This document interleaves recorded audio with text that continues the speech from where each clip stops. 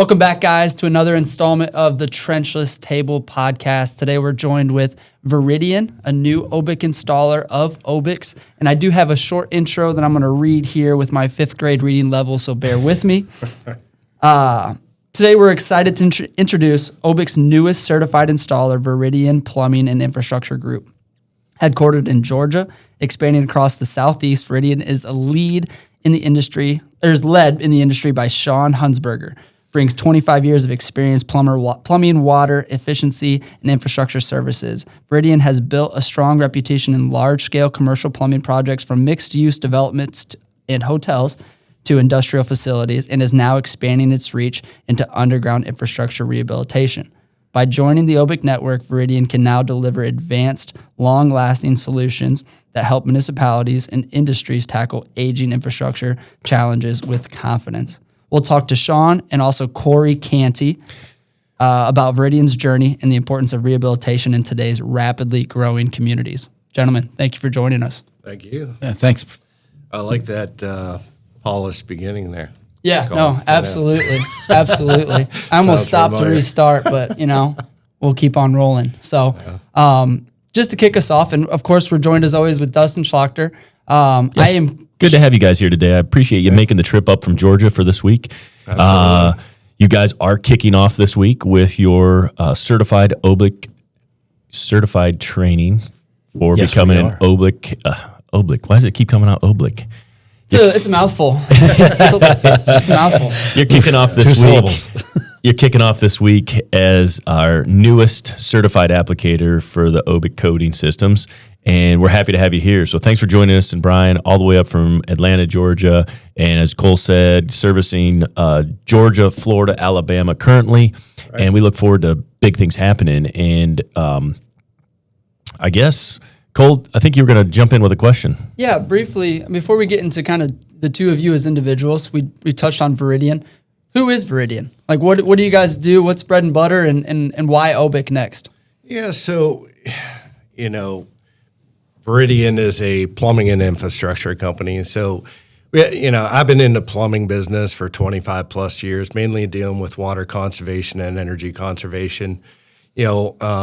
Previous company I was working for, was acquired, and there's a lot of changes going on. I believe there's some other lining companies that came from, that same company, and we're all of the same mindset where, we see an industry that has a lot of opportunity, and there's much need.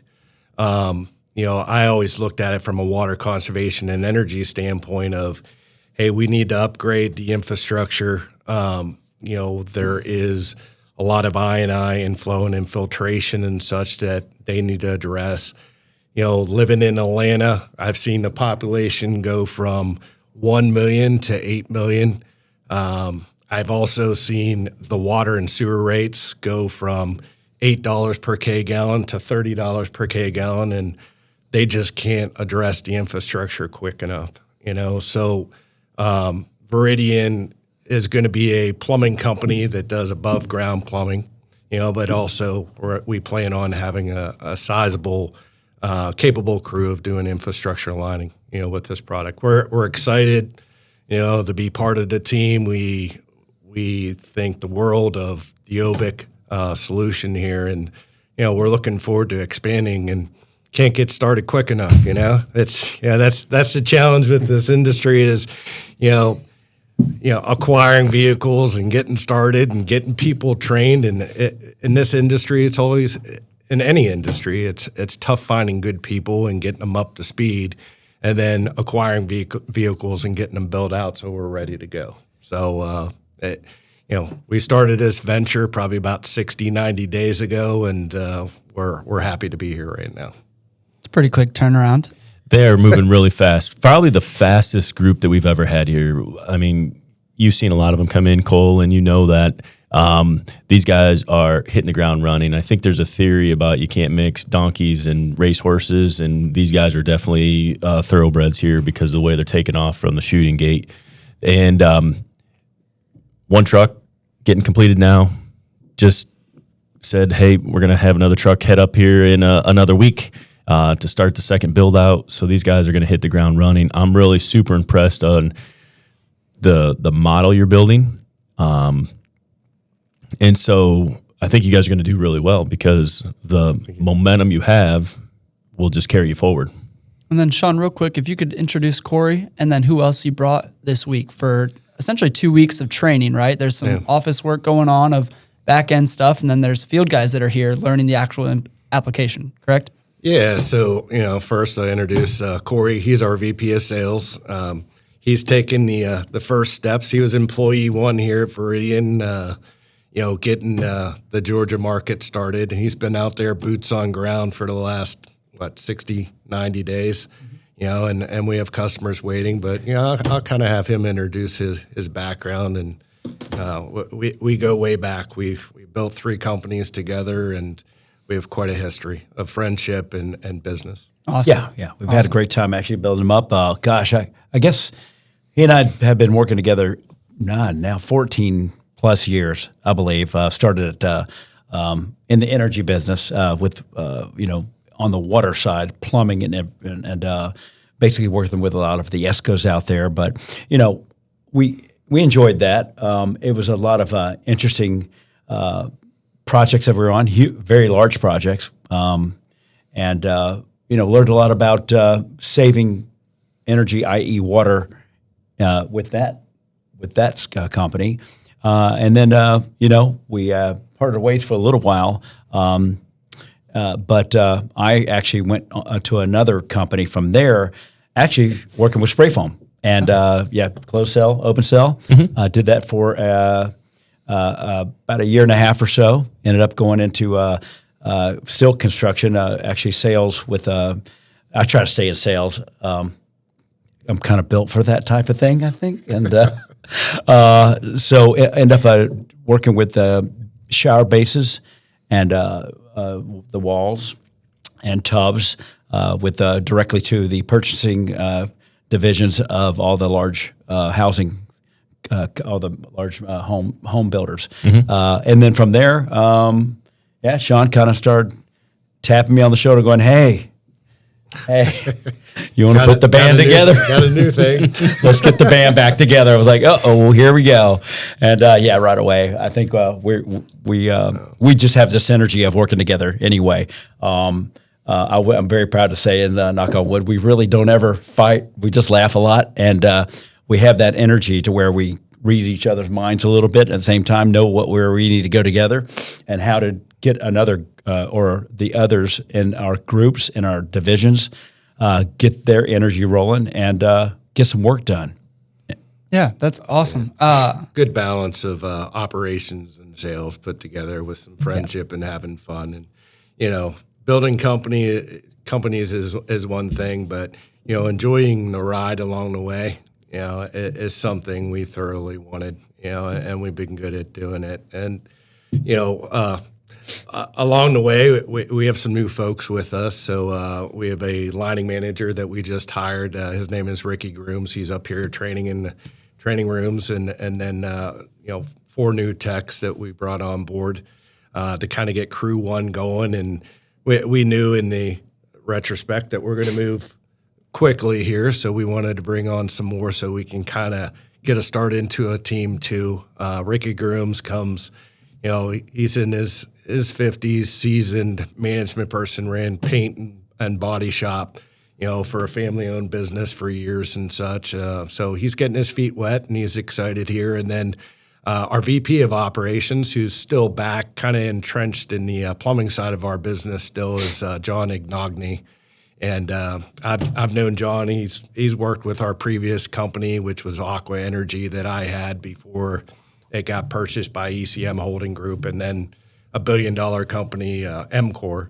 John had left before that acquisition, and he's now back with us running that operations side. So Ricky will report to John and run the whole operations side of it. And then with that same venture that John was working through, which was about a $25 million mechanical, he brought on one of his estimators, which is going to be doing a lot of our estimations here. So, and we wanted to really streamline sales, operations, estimating, so that it's all streamlined through one point of contact so that we can get things done quickly and and have consistency throughout what we deliver. So Yeah, and in total, how many guys and girls are with Veridian? right now we're up to the 9. So we, before it was before this week it was 3. Okay. So Yeah, moving fast for sure. Starting off right out of the gate fast and furious, and that it's super impressive to see the building blocks you put in. Obviously, from 30,000 foot view, it's very apparent that you've obviously built business before, and so obviously from the rip, you're starting out building a real business. A lot of us in this space, and gosh, in the trenchless industry, I would say most of them have always been mom pops, right? They're starting from a family-run business with that mindset and model to begin with, and you're definitely going at it from a different angle, which is interesting to see, and I think it's going to be great as it continues to develop.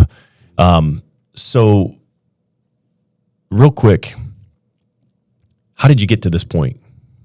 Like, maybe we don't have to go back to college, but a lot of the people that are listening to the Trenchless Table, they are on the hinge of, do I want to go to college? Do I need to go to college? And does it help me get into sales, into a business owner mindset, entrepreneur-driven personalities here? So, Well, I mean, I'm completely different. I mean, I'll start there. we knew that from the get-go when you got here. Yeah. What's this? What's going on? I didn't finish college. I did about 3 years. Ended up in the music industry in Nashville. I've always sang since I was a kid. I'm going to do this quick cliff notes, but and entertained. I was a DJ at 12. Nice. And I had always done that on the side. Now, So you're feeling at home right now with headphones and a microphone. Yeah, here you go. There it is. All I need is 2 turntables to go with it and a microphone. Yo. But take all that. But you don't need all the education. Now, I have a daughter. She's at UGA. Thank God it's 4.5. Go get them, girl. Go do it. I mean, and I'm not saying that. I would say, yeah, if you can, and if you want to continue that way, go. You don't have to.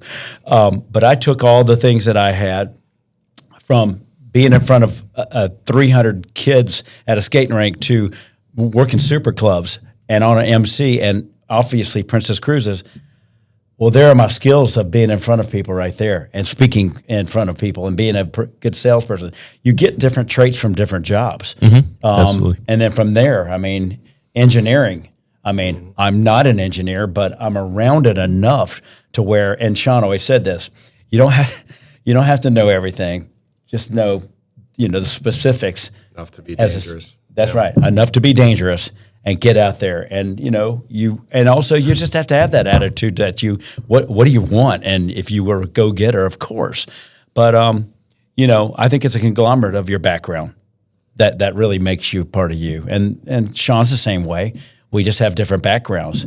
And then, of course, you have to be, I think if you're going to get in this from different angles and get into the trenches, you have to be open to bend a little. The whole thing of doing this 100 miles an hour, 150 miles an hour, right, with this new company. I mean, there's a lot of stuff we're going, wow, what are we doing? But it's learning together. All right. We spend a lot of time doing an analogy of where we want to be and how we're going to get there. And you have to have yourself in check with that other person and be open to bend and to that quick of a change. And yeah, I mean, I think that's kind of where we know we're going to go. But I mean, that's kind of like my backup or telling anybody else that, if you have a goal. And you might not know what it totally is. Learn something different, like we're doing right now. It probably could take you to a career that you never would have thought you'd have been in. Yeah, that's exactly right. And at the end of the day, business is business. Schooling is schooling. Something I was taught being raised was, if you're not as smart as the person next to you, you work harder. You run faster, you work harder. And if you do that, you'll pass the person up. So, I did the schooling. I have double degrees in engineering and such. But, at at the end of the day, how much of an engineer am I? I'm a glorified Excel spreadsheet guy, which I learned most of that out of school. When I went to school, I had no idea what I wanted to do. I went to school for psychology, changed my major, then finally, somebody said, "Hey, get your engineering degree. At least it's a transferable skill. You can go and get a good job, probably.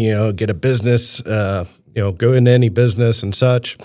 Came out and worked for a Fortune 500 oil and gas firm, Schlumberger.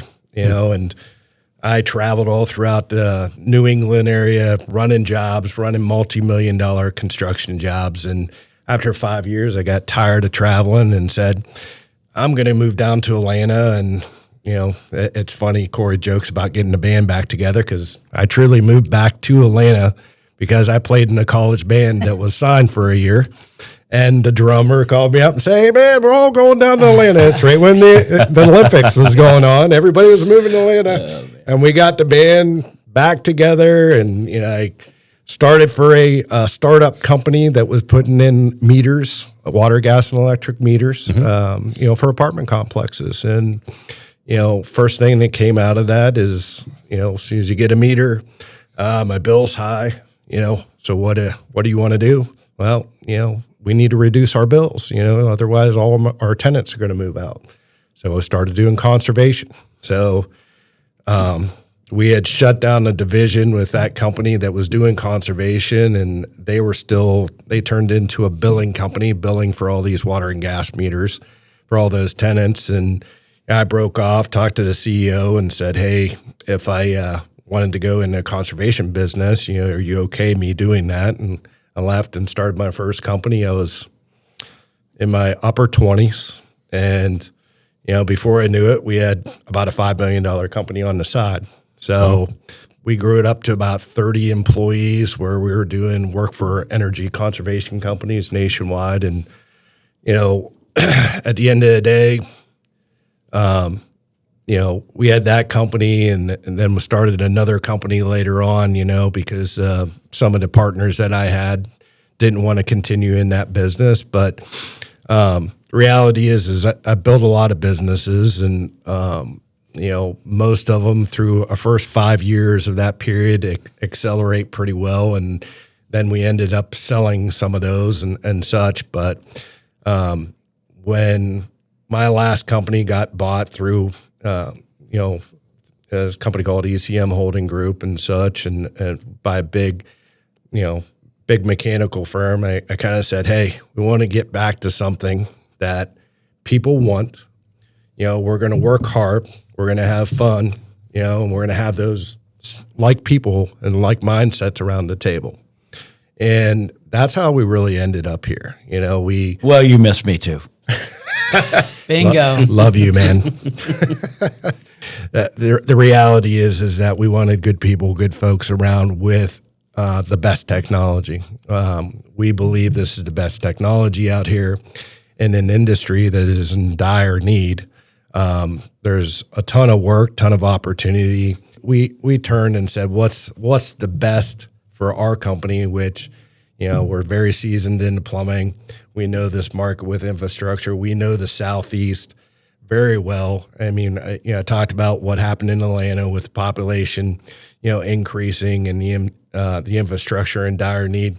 Florida's no different. I mean, I've done a lot of engineering studies in Florida, and we understand the infrastructure. The inflow and infiltration is 35% throughout all the coastal areas. So we just know that it's the right place to be.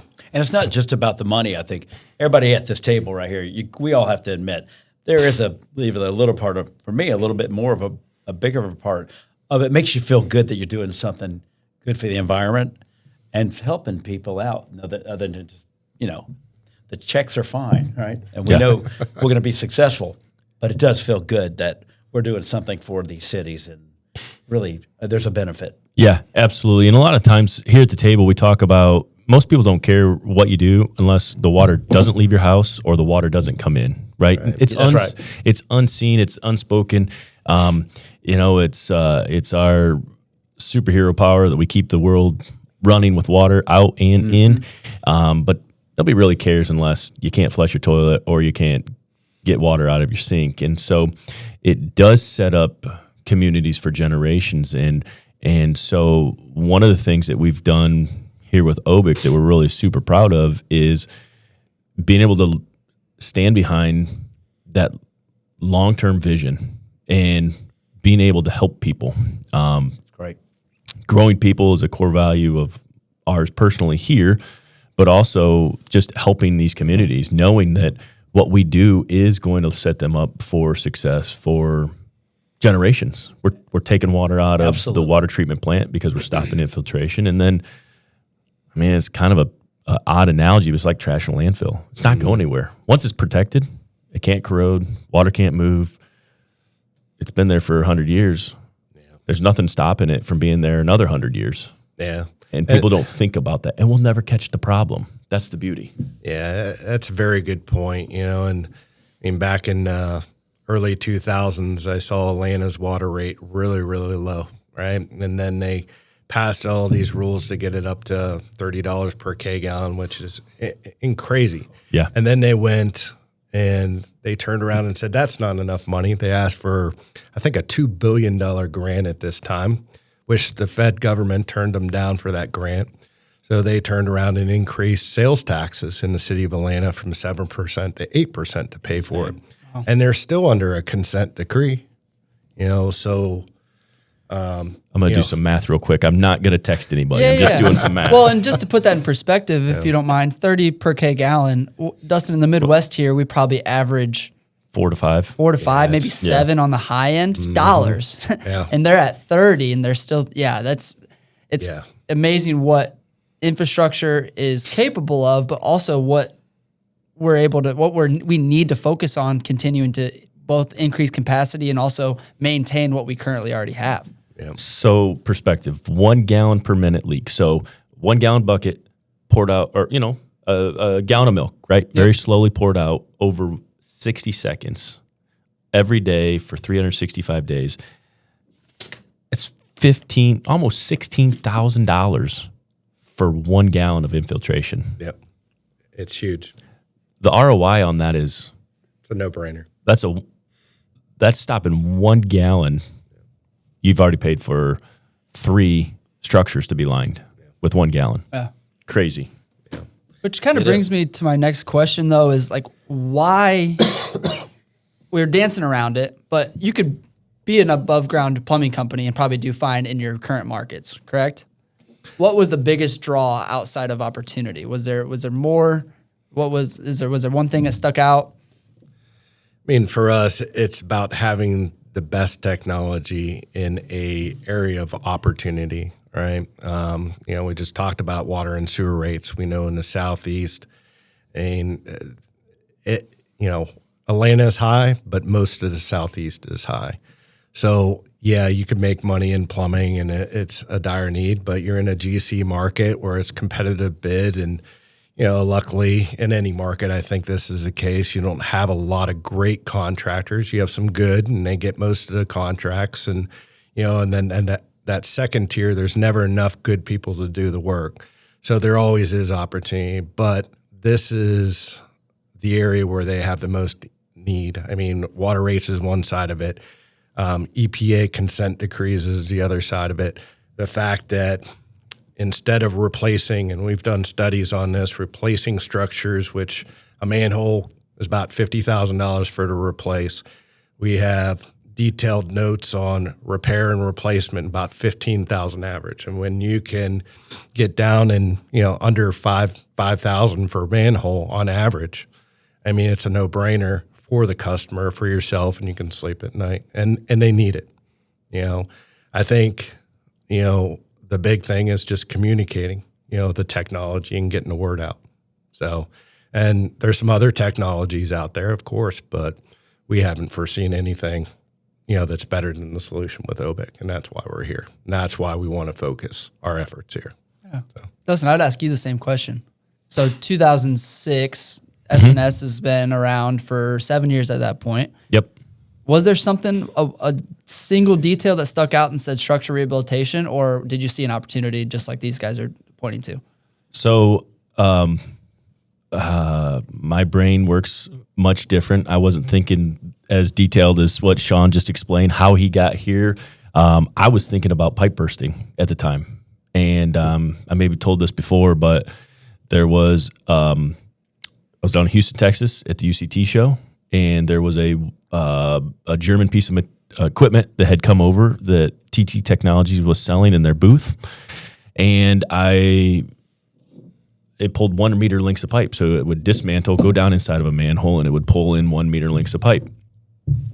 And I thought, oh my gosh, that's the technology. That's what we got to do. That's the next thing that's going to happen to even be bigger than directional drilling, which pipe bursting never took off to that degree as directional drilling has. But then I started thinking about manholes.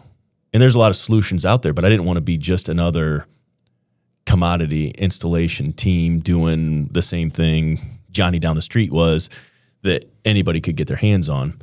And so we went looking for the best opportunity. And so that's how we got into the spray plied application. And similar, some changes happened. And then we just determined that we needed to be backed by quality coatings and something that was built to last, something that was going to be here for generations, what we're trying to do, right? We're trying to accomplish long-term goals here. And so then OBIC developed in 17 out of a necessity to make sure that we had quality controls in place and know that I'm spraying the same exact thing you're spraying, that we're spraying in Europe, that we're spraying in Asia, and it's very consistent. I have zero concerns when you get material that it's anything different than what I spray today. And so that builds confidence. Mm-hmm. And we're all doing the exact same thing. That's why the training is stringent. And so I appreciate you guys investing to bring your whole team up and have everybody here, because we believe that quality training starts in the classroom and quality application starts hands-on learning the basics. And so, so I started with no coatings in mind. Never thought I was going to do this. In my wildest dreams, I would have never sprayed polyurea. 1999, graduate high school. I didn't even know how to spell polyurea. That's awesome. Oh, man. So, Corey, what is one thing you're focusing on when you're talking to municipalities? I know we're dancing the microphone here to make eye contact, but you're going to meet with municipalities. What's something you're focusing on to let them know about not just Veridian, not just OBIC, but just overall? What do you want them to know when you walk out of the office from your meeting? Well, I mean, it's first off, my approach always is, and I've had some great teachers that if anytime you're going to go meet with municipalities or whoever really actually, that you have something that you want to offer that can help, it usually is they're having a problem. So I think that's the first approach. Is I like fixing problems, and I like to be with a company or a situation that can resolve things that's the best they can. So that's my approach really when I'm going out there first off, I have education now on what this thing, and seeing it, been to the demos and spent time watching the operation of getting this a manhole completed, totally completed, and seeing it work in front of my eyes from it dishing water out every which way, that it does work, and the belief system that you guys have here with the product. So when I'm out there, my goal is to figure out what their problem is when it comes to I&I, when it comes to H2S or any other issue that they have with the leakage or whatever, or with the main thing, it's conservation of the land, conservation of the water, which is always in the back of my mind. And you say a key thing there when you speak, and I need to speak it more as we are completely helping generations to come, many generations to come. And I think that's a great approach too. And, you just kind of have to hit all those and at the same time, I try to keep it simple when I'm out there. There's a simple way to do this, is to get out there and show them the basics of what it is, show them the little sample, show them who I am, And that's part of our customer service. We've always been pretty down to earth. And I think you hit the nail on the head with that, Corey. It's very important to understand the customer's problem, right? You can't ever assume, and you want to ask questions. It may be a manhole, it may be a lift station, it may be something else. If we can help, that's what we're there to do. If we can't help, then we make the best recommendation. And you create credibility through that. But it always comes down to having the right solution for that customer and understanding their problem. So, yeah, I agree with that. Yeah. You touched on an underlying tone of the Trenchless Table, which has been the next generation and how kind of guys and gals have gotten to where they're at today. Another underlying tone has always been and will always be leadership inside of these walls. So starting with you, Sean, you have a kind of a methodical confidence about yourself. I'm kind of curious if there's been what you look to for maybe some personal development or any sort of leadership development in your life as a professional and just an individual. Well, I've probably seen every aspect of personnel in my life, right? And people that come and work for you, you want to make sure they're eager and they're willing to learn, right? So, yeah, and I'm kind of backtracking a little bit because I've had a lot of experiences here in my life. They've been good and bad, and youth sometimes gets in the problem of learning, right? So, I mean, my first company, I'd be very open. I lost it because of being over ambitious and a little bit too vocal and too eager, and not understanding people. Right. We don't call those losses, but it's a learning opportunity at the table. You're exactly right. It's wisdom. It was a very expensive dose of humility and wisdom, but through that, you just learn to be patient and follow the process. If you're organized, detail, you have somebody very willing to learn, listen, and energy and willingness will outperform skill set all day long. So that's one thing I've learned early in life is that I think I already said it. I don't care how smart you are, outwork me. If not, I'll pass you up. So that's something I learn, and I ask anybody that comes, wants a job and wants to work for us, show me what you can do. Don't talk. Don't sit there and sell me on it. No offense to the sales guy over here, but take it. Do it. He backs up his talk. I've seen that a lot, and it's the same thing. I preach to myself. I can talk all day long. It doesn't matter what I say. I got to do it. When you're getting emails from me at 8 p.m. and 5 a.m. in the morning, you know what I'm doing. Yeah, that's what people need to do.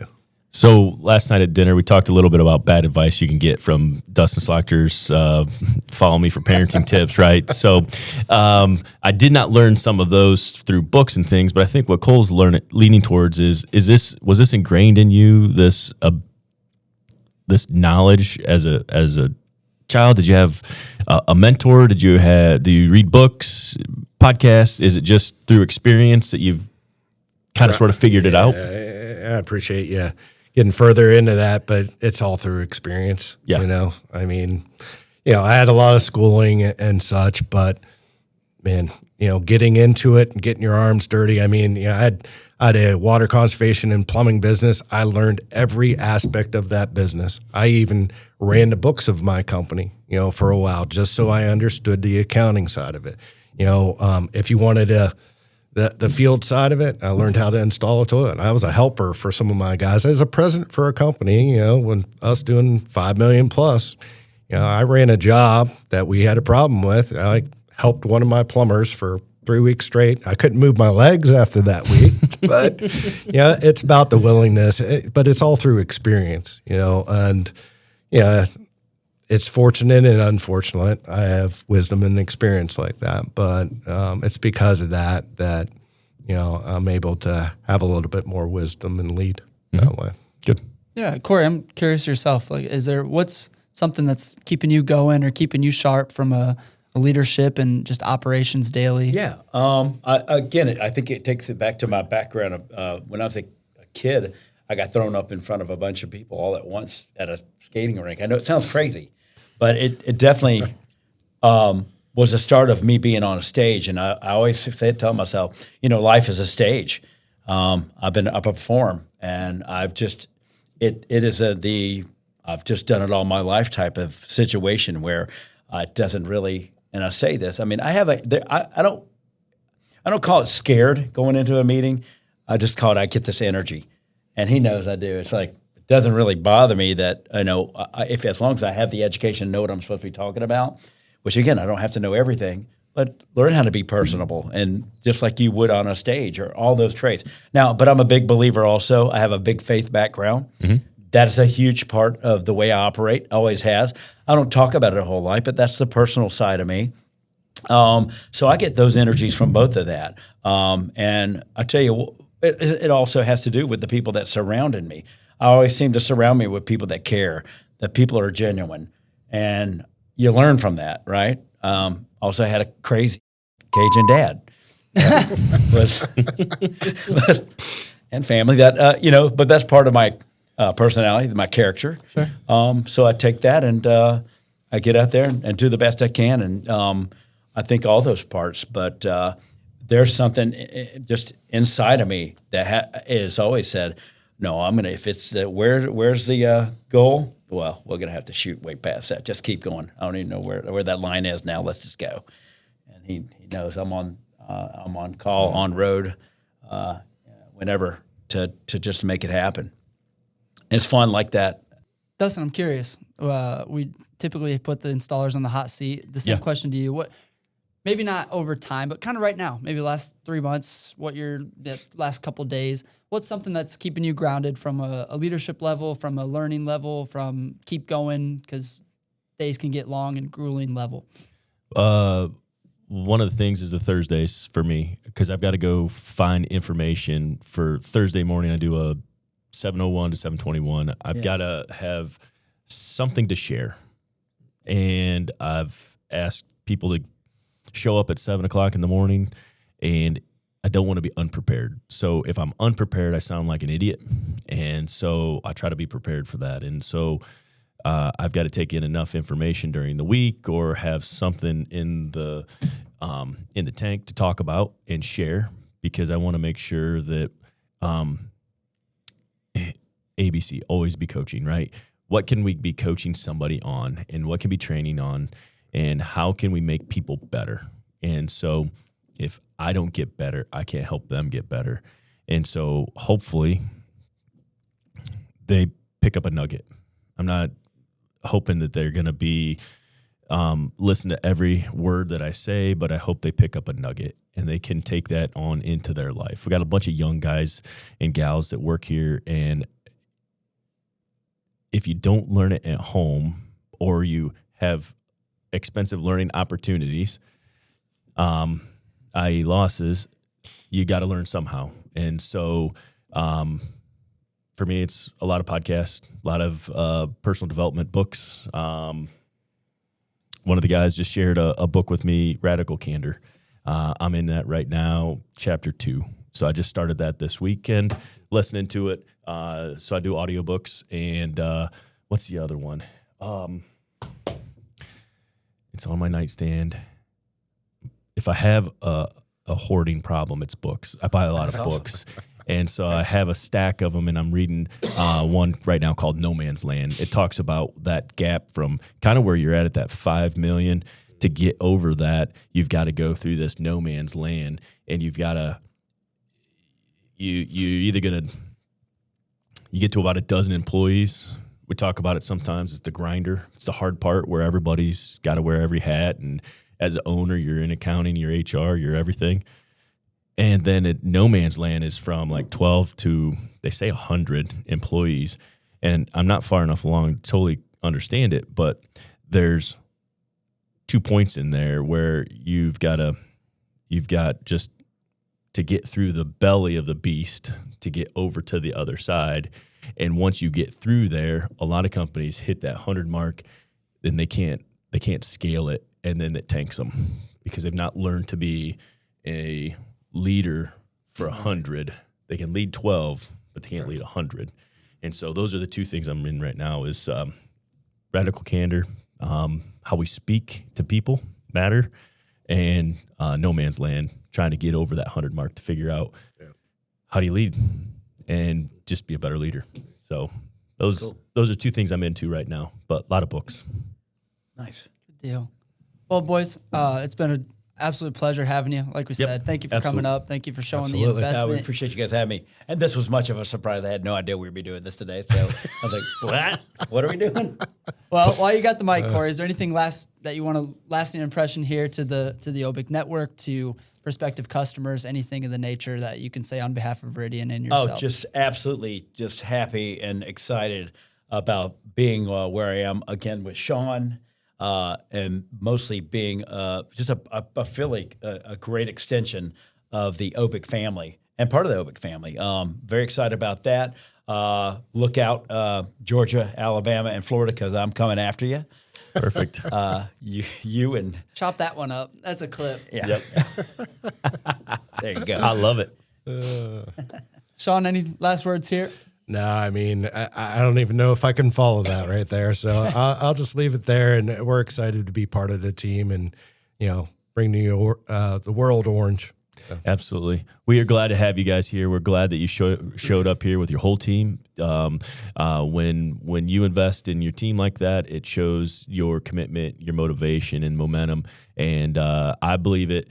Look out, Georgia, Florida, Alabama, because here we come. Look forward to it. Thanks for coming up. Thanks for joining us. Cole, thanks for hosting us today. Yeah, cool. Special hosting, fifth grade reading level to kick us off. Look out, Florida, Georgia, and Alabama. Thanks, guys. Thanks. Thank you.